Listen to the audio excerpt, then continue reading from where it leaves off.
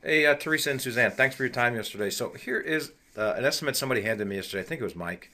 Uh, and here's how it would work. Pretty simple. I've already got this set up as a template so I can come in here each time. For each job, all they would have to do is come in here and say, this is my asphalt square foot. This is my base square foot.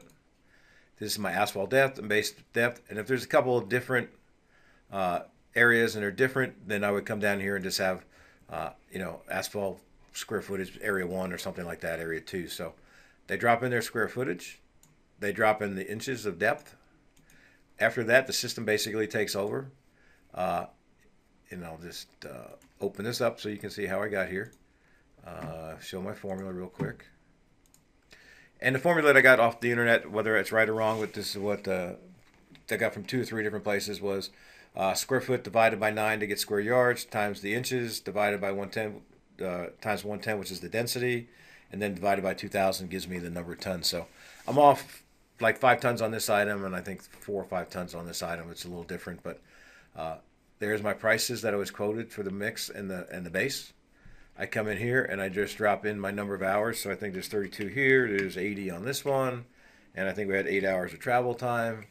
Uh, and this is just like you do any job. I need this paving spread for 2 days. I need the roller for 2 days. I need the water truck for one day, and I need the paver for a day. I need an outside rental for a day, and I have a weed abatement. And this job, it was, let's say, $425. At that point, no different than filling in that piece of paper. It's everything that you've done on the piece of paper. I've just basically done by filling in these numbers here with the descriptions already typed out. I recalculate this.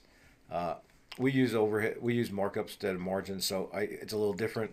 I still come out to your number at the bottom. It now marked up this cost to this extended price. This is the cost code where I'm going to put the budget, whether it's material budget or a labor budget. And then in here, oops, I forgot to show a column, so hang on a second, apologize. Notes, I'm going to come in here and say this is 4 men 1 day, just abbreviate it out. Could write it out if I wanted to, but it's pretty clear. 4 men 1 day. This item requires 10 men for 1 day. Okay, I'm going to save this. I'm going to go to here to my reports. I have an operations report. I now know how many tons of mix I'm supposed to have, how many hours of labor. It is for operations report is 4 men 1 day. This item requires 10 men for 1 day. So now whoever does that can take that out to the other part and then start picking the guys and the actual pieces of equipment. But I know what I need right here. It tells me what pieces of equipment right from the bid. I've hid the cost and the markup and the profit so nobody sees that. Just gives them the quantities directly from that worksheet. This is the operations report.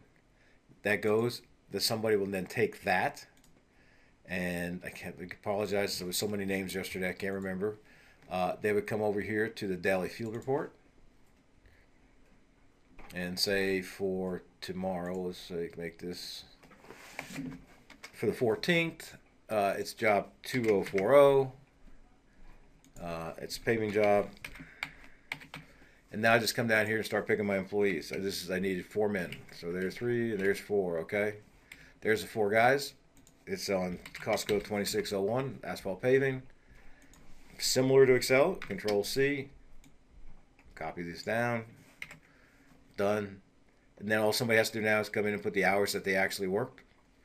Same thing on equipment. I come in here and I pick my. I thought I knew the number. There's a blade. I need a paver, etc. Pick my rollers. I have that all in here. I put a description and the cost code. Now that's ready for the guy to actually put his hours in, or we take them from exact time. I'm not sure exactly how that's going to work yet, but now I'm done. So I've got my schedule. I can print this out. I would probably, well, hang on. It's going to make me put something in here, so I better fill it out. Okay, so paving 2601. I think I got everything else filled out. So I'll go there, save this. Um,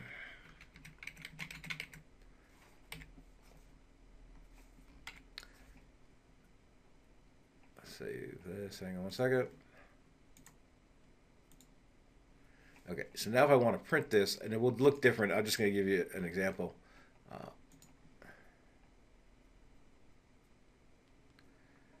So it shows them who they're supposed to take out, what equipment they're supposed to take out, etc. What job they're going to, what have you. And I can put more description in here if you need to, and maybe who the foreman's name is in here as well.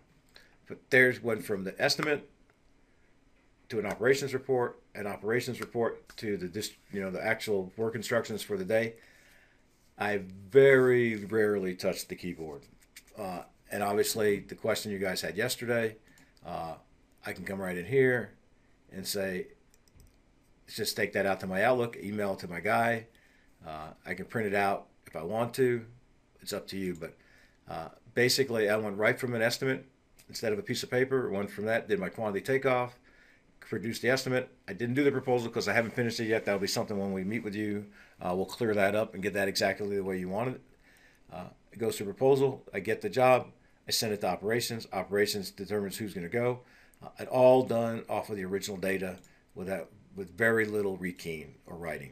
And again, availability to email. So quickly went through that, but I know this will work for you guys. It's just a matter of changing around some of the ways you think. And I'm just going to go back into this job real quickly.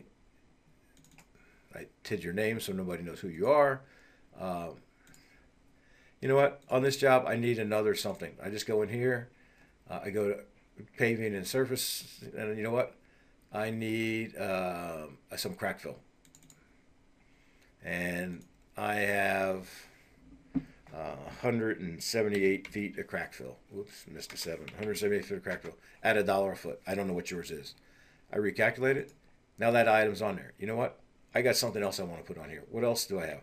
You know what? I need to do some soil poisoning. Maybe that's the same as your weed killer. There's some soil poisoning. And I had 10,522 square feet. I can calculate that out. And that's... hang on a second. Yeah. So there it is. It's $3,000. 30 cents a square foot. Probably too much. But again, I can add stuff on the fly here. If I just want to type in that purple sky hook, I can just type something in, put in a quantity, put in a price, and make the calculation. Put my overhead and profit on it. So bottom line is, this will work just the same as piece of paper, just a little different, but you get to use that information quite a few times. Like right here, if I know I'm going to buy this from a vendor, I don't know, let's see what I have, concrete, sand, gravel.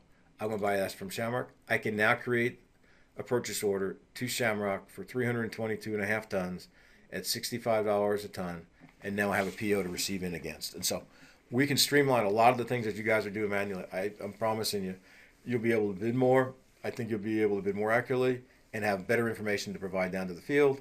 And what comes from that is better information coming back into the office to make that full circle back to the estimator on how well they did. So I was tempted to keep this under 8 minutes. I missed it. It's a little over. So again, love to talk to you guys again.